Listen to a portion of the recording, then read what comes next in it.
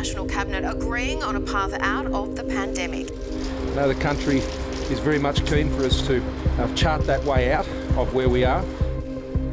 There's an anxious wait in several states this morning as the nation deals with a series of outbreaks of the Delta strain of coronavirus. We won't see the effects of these harsher restrictions until at least 5 or 6 days because there's a lag in the data. You only get one chance to go hard and go fast. If we need to go harder, of course we will. Nothing about this virus is fair. Nothing about the fact that this virus has travelled from Sydney is fair. That's just the reality we face. Hello, Brett's here. Hello, Brett. Rich, hello, Ash. Hello. It feels like we've come a long way from the days of Gladys and Dan teaming up at the newly formed National Cabinet to put the nation into shutdown, but does it feel like each of your respective leaders are still on the same page? Without actually saying it, the Victorian government's a bit of like, well, we've done this before, we know how to do it. I think they're almost suggesting, why haven't you followed our playbook, without actually saying it. But this time it's really been, the finger's been pointed elsewhere, and that finger has been pointed at Gladys Berejiklian and the federal government. You could say lots of things. We had an outbreak here in June because of you people in Victoria, but Gladys Berejiklian has really made out that New South Wales has done things differently to the rest of the nation, and she's made it a point of pride that we don't do lockdowns, that we can get on top of outbreaks. Now Delta came along and we can't do things differently. This would undoubtedly have to be quite a humbling experience for our Premier here in New South Wales. The only thing that the two premiers are on the same page on is blaming the federal government for vaccinations. Yeah, they're very much united in that, looking and turning this back on the federal government, that at the end of the day, yes, there are problems here with outbreaks and how it's being managed, but this is very much, we would not be in this situation if more people had been vaccinated, and that's on the federal government. Good afternoon, everyone, and a particular welcome to the Premier and the Treasurer of New South Wales. The New South Wales outbreak has proved to be more severe, more dangerous, and it's in the national interest that we now put in place an upgraded set of arrangements. When it was announced, everybody stood up, everybody played nice, but to get it across the line was really problematic behind the scenes. And I think that the success, of New South Wales to negotiate that deal for financial support has sort of set off a chain reaction and helped Victoria, but it's also it's cemented this view among some people in Victoria that Victoria is a second-class citizen, if you like, when it comes to the federal government. When you talk about the politics, I think the federal government's clearly read the writing on the wall when it comes to financial assistance for the states, and the Victorian backlash was pretty savage, I think. And Scott Morrison's hope now is that if you can get the vaccine rolled out by the end of the year, he's got a hope that come May next year, if that's when the election is, it'll be 5 months later, and he's hoping that people are looking to the future rather than the past, because if they look to the past, that vaccine's going to hurt him. Workers and businesses who've taken a financial hit will receive more cash from Canberra. Scott Morrison has revealed an increase to the COVID-19 disaster payments. Fought our guts out for these extra payments. I accept that I've probably been a pain in the arse for the Prime Minister. Dominic Perrottet, and pardon my French, says he's been a right pain in the arse. Whoever wants to take the credit for this payment, knock yourself out. Thank you. For July, basically half the country has been in some level of stay-at-home or lockdown because we've got outbreaks in our biggest cities. And as people had to stay in their homes, more pressure was being applied on the federal government from both sides of the political aisle in the states, saying you need to be contributing more to help us support these workers. Yeah, the federal government had a clear exit, it thought, with the end of JobKeeper. It wanted us to go on a different trajectory, but the difference politically between July and June has been stark. In June, the Prime Minister was celebrating the fact that Gladys Berejiklian hadn't taken her state into lockdown, but now we have the situation where the gold standard has taken the Victorian standard, and that is slap down and lock it down. And the federal government didn't want to provide support because their thinking was that would almost incentivise premiers to go into these lockdowns sooner than needed. But I think what we're seeing with this Delta variant is that you have no option but to lock down. So not only have we essentially had a change in policy to hand out money from the get-go, we've seen this change in variant, which is, throwing the rule book out the door again. And the economic response is critical in the health response. That's what we're learning. He didn't much like being dubbed the Prime Minister for New South Wales, though. This idea that it was only when New South Wales went into a lockdown that the government was more willing to spend money. Victoria's sitting there going, hang on, you gave us a no when we asked for more support. What happened was that the penny dropped, that you have to spend a lot of pennies to get us out of this pandemic. There is no option but to pay people to stay away from each other and stay away from work. The ATAGI advice talks about a preference for AstraZeneca to be made available to those as preferred for those over 60. But the advice does not preclude persons under 60 from getting the AstraZeneca vaccine. Wouldn't it be terrible that our first 18-year-old in Queensland who dies related to this pandemic died because of the vaccine? Rules that you think might be appropriate one time sometimes have to change. The role of a doctor is not to play God. It's up to patients to decide. We believe very strongly that we need to refocus the national strategy on vaccine rollout. We have barely enough vaccine allocated to any of us. I can't think of a bigger black and white failure of public administration than this.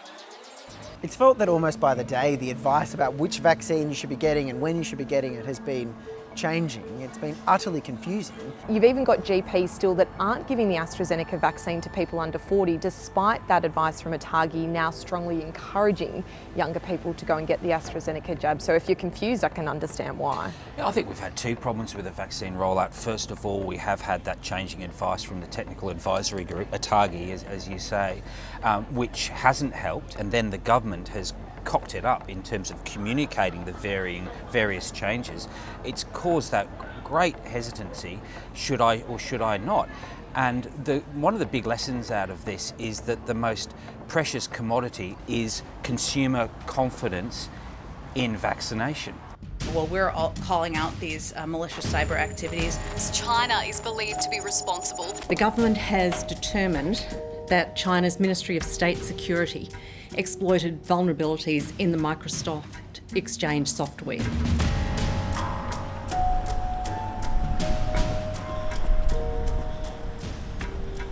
Well, Greg, great to see you all the way over in Washington, DC. The seat of power, and didn't we see some power displayed right here? I mean, the whole city, Probes, is designed around power. The architecture, of course, the Capitol is the preeminent symbol of it.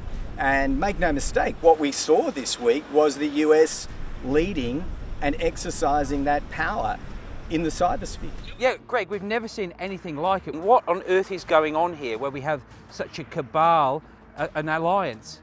All of this off the back of genuine and long-held concerns that transferred across from the Trump administration, well and truly, we can say now, to the Biden administration. Anyone who thought Joe Biden and those who advise him on national security might be some sort of soft touch or apologist to Beijing got a rude awakening this week, because it's all lining up now, isn't it? I mean, positions and sanctions on Xinjiang, positions and sanctions on Hong Kong, and now tough words, at least, on cyber security. And from there, it was just good old-fashioned US leadership. Provocative? Sure. Might be consequences, certainly. But all the allies, as you say, Probes, right there behind Joe Biden. Australia's done this before. It's called out China for malicious cyber activity. It's called out North Korea, Iran before. But what comes of it? Here's a few options for you. Absolutely nothing, or bit by bit, incremental gain. So a lot of these power plays are mind games, right? Making sure leaders have each other's measure. But the impression to the world is, no, the US is serious. We're dealing with a serious problem here. Let's unite as one behind them. Greg, thanks again for your observations, and we look forward to seeing you back here in Canberra. Now, guys, you know Canberra is my spiritual home always, but I've got to say, I think I've got the better end of the deal here. You're freezing where you are. Let's just check the phone app, and 31 degrees. What's not to love about Washington? No, this isn't your typical sunny Canberra winter's day, and beyond those clouds and rain is normally the War Memorial in its full glory. Something a lot of people don't know about Parliament House is that when you open up all the doors to this building, from the Cabinet Room all the way down to the most sacred building in Canberra, there's a clear line of view, and that reminds the ministers here of their solemn duties when they're sending men and women to war. Australia's longest war is over, with the country's last remaining troops leaving Afghanistan. The Morrison government is facing pleas to urgently grant protection visas to local interpreters. With the Taliban on the march, it may be too late. Joining more than 250 Afghan interpreters and their families who've already been given safe haven.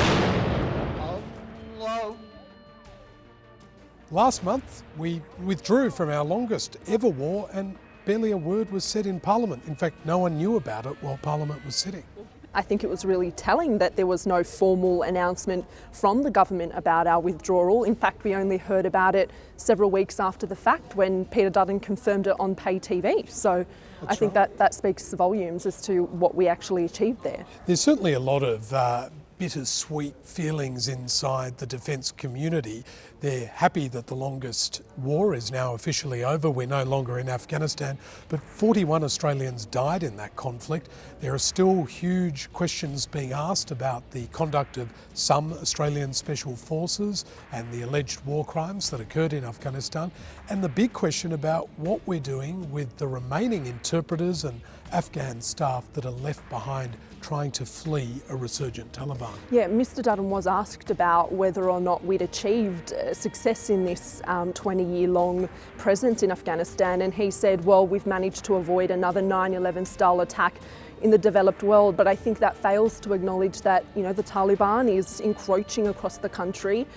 Young girls are still being targeted in suicide bombings in their schools, and once again Hazaras are fearing for their lives. So there are questions as to whether or not the West's presence, its invasion of Afghanistan, was worthwhile. Labor leader Anthony Albanese has formally abandoned 2 tax policies. As Labor leader, I am absolutely determined to look to the future. Dumping its negative gearing policy and vowing not to repeal income tax cuts for higher income earners. Typically in politics, you have a take out the trash day. It's usually a Friday about 5:30 p.m. It's when you discard stuff or announce stuff that don't really want people to talk about. But we had one of those moments this month. We had a moment when Australia was celebrating Ariane Titmus winning gold in the Olympic pool. We had the distraction of COVID in Sydney and in Melbourne. Labor Party decides it's going to scythe off these prickles from its policy book. This is Labor not only ruthlessly preparing for the next election, but also adopting a whatever it takes approach. Well, pragmatically, they've taken it to 2 elections and they've lost twice.